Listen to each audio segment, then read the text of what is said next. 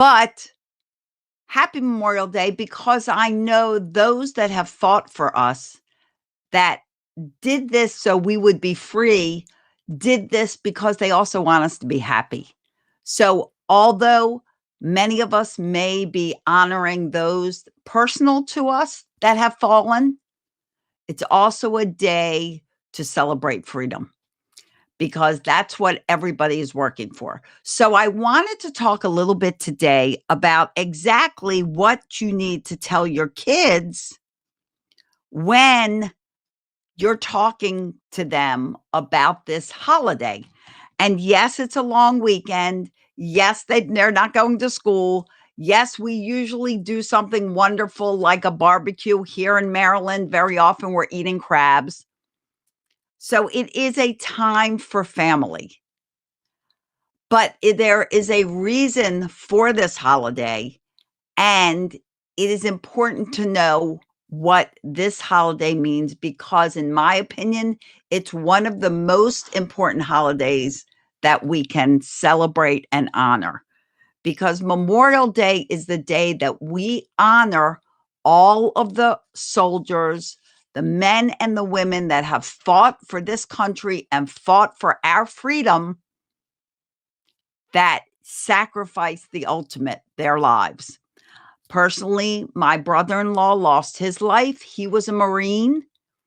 I have others in my family that fought in the military. My father was a World War II veteran, and I have nephews and my brother, all these people that also were, are active or retired military. So there are a lot of people that are fighting for us, people they don't even know. And there's a lot of these families that surround these people that are also sacrificing because they're going without their father, their mother, their sister, their brother, their son, their daughter, as those people go off to make sure that we are safe and we are free. So, in my opinion, one of the most important holidays we can have. So, let's talk a little bit about what you can talk to about your children, other than exactly what I said, all of that honoring our freedoms. It's good to know that this day where we honor those that are fallen, those that have fought for us and have sacrificed the ultimate sacrifice, their own lives for us, started back in 1866. And it was originally called Decoration Day. And it wasn't until 1971 that President Nixon created the national holiday that we call Memorial Day. It is still, however, a day when we honor those that have lost their lives, providing freedom and safety for us. It is super important to tell your children that freedom is not free. We talk about money with kids and how it's important to share your budget with a child and let them know what in life is not free. Electricity is not free. Water's not free. Your rent is not free. Your food is not free. Your clothes are not free. All these things you need to work to earn money to pay for. But the things that we forget, like our freedom, our ability to say and talk about things, talk about our government in positive as well as negative ways, roaming the streets however we'd like, flying off to wherever we'd like to go. These are freedoms that not everyone in the world has. You cannot just say anything you want to say in many parts of the world. You can be severely punished, even killed for acting or doing certain things, but not here in America. We still are the greatest country on earth. And there's a lot of things that go on. A lot of people disagree, but we have the right to disagree. We have the right to voice our opinion. We have the right to share what we think is important to share. So that's number one. You need to talk to your kids and tell them freedom is not free. And we all began somewhere. Talk to them about history. I feel like very often in schools, history is getting lost, or it's not just even getting lost, it's getting redone, recreated. The truth is not always there. So it is important that children know that there is a history in your own family. Talk about the generations. Where did these people live? What did these people do? Where did your family come from? Did your family come from another country back many, many years? They did, because the United States is not that old. So, what are those countries that create your family? And if you have, if you're married, you always have two parents. But if those parents are active in the lives of children, then you each come from two different places, two different backgrounds, two different ethnic groups, religions, all of that. Whatever those differences are, talk about them and make them all similar. The way we stop hating is we learn about each other. We start appreciating that, you know what, we're all human. We are all part of this human race. Regardless of the color of our skin, the people we pray to, the God we pray to,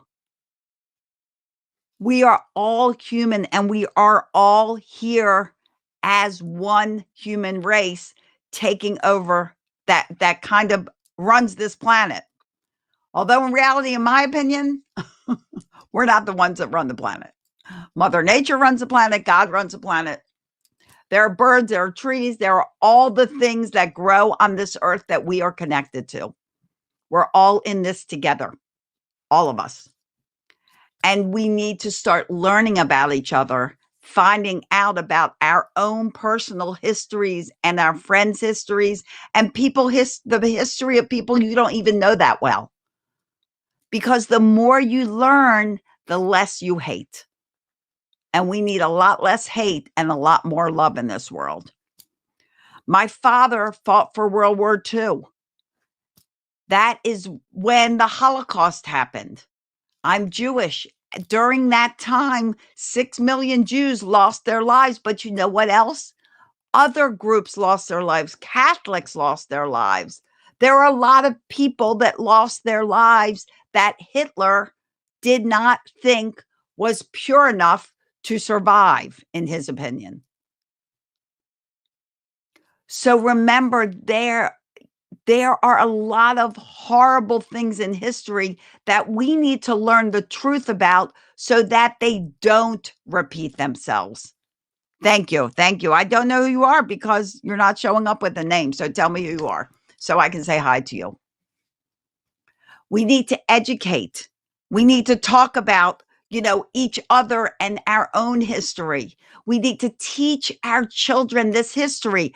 I really worry that kids don't learn history in school. And like I said, I don't think they learn it factually. We need to know what happened in World War II. We need to know why those bombs were dropped. We need to know that the people aboard the planes, hi, Jossie, love you. We need to know that the people aboard the planes that dropped the atom bombs were not regretful about what they did. I happen to know firsthand that they were not. They knew it had to be done. They knew this war had to be stopped. And if they didn't go to the bombs, there would have been millions and millions of more people killed in land invasions.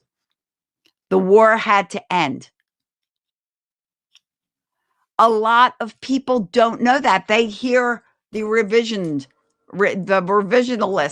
I don't know if I'm saying that word right. History, which is not necessarily the truth. I happen to personally know one of the people that flew was the only person that flew in both bombing missions, Hiroshima and Nagasaki. He was the only one on both airplanes because he was the radar specialist. And that's how I know that these people were not regretful. They were regretful that it had to happen, but they were not regretful that it had to happen. Did that make sense? No, but you know what I mean. They were sorry that it came to that, but they knew it was something that had to be done to stop the war because it was not going to stop any other way. And although huge disaster happened, it would have been a lot worse if those 2 bombs didn't drop. Of course, I'm not here to talk about that. I'm here to talk about teaching your kids history and letting them know facts and truth and finding books and talking about things that are interesting. You know, when you start talking about history and you start learning about history, your kids will find it interesting. Why? It is. It's pretty interesting, and you might gain a new love for it. Talk to your parents, your grandparents. Have generational storytelling going on in your family. There are incredible stories to tell, and you want to hear them before those people pass on. It is important that your children get to know their family and what happened when they were alive. If you have movies and old tapes, it's great to turn them into stuff that you can view. Get to know your family, your whole family, your extended family, generations ago that impacted what's going on right now in your family. Also, talk about who you know. Who do you know that is active military right now? Who do you know that lost their lives fighting? My brother-in-law, my sister's husband, when my niece and nephew were 3 years old, he died. He was active military. He was a Marine. He served this country in so many operations and was shot. Unfortunately, he lost his life. Who do you know that sacrificed? So that means he lost his life. My niece and nephew lost their father at a very young age. My sister lost her husband. We lost a brother. His parents lost a son. It goes on and on and on. And these people fight for all of us because they feel it's their job to do it. And the ones that are active, they're actively sacrificing and doing it. They've chosen this life. And their families are missing their dads and missing their grandpas and missing their mothers and missing whoever, their aunts, their uncles, their brothers, their sisters. Everyone works to keep us free. It is not free to be free. There are people out there every day helping us stay safe. So one thing I want to say before I sign off is take a break today. Take a break from whatever festivities you're doing, whatever you're doing to honor those fallen men and women. Take a break to really honor them. Talk about what's going on. Talk about what people go through to keep us free. Learn, educate each other, tell stories. But most of all, be grateful. Be grateful for the life you're living right now. Because if it wasn't for those people, your life would look a whole lot different. If certain countries were allowed to take over the government of the United States long ago after World War II, we wouldn't have the freedom that we have today. All this protesting, all that goes on in this country is because we are free and we are allowed to speak what's on our mind. So be grateful for that. Take time today to talk about what you're grateful for. Even if you have little kids, they may simply be grateful for their mom, their dad, their dog, their doll. But the more you talk about gratitude, the more you make it a daily habit, the more they will expand their window of gratitude to everything around them. So start being grateful with your kids every day. State something you're grateful for in the morning, read it before they go to bed. So you wake up with a feeling of gratitude. Your attitude is grateful, and you go to bed with that same attitude of gratitude. Remember, everything comes at a cost, and our freedoms, everything we enjoy here in the United States, came at a cost as well. So honor it, celebrate it, honor your brothers and your sisters, learn about each other, get to know why somebody is different so you'll realize how similar they really are.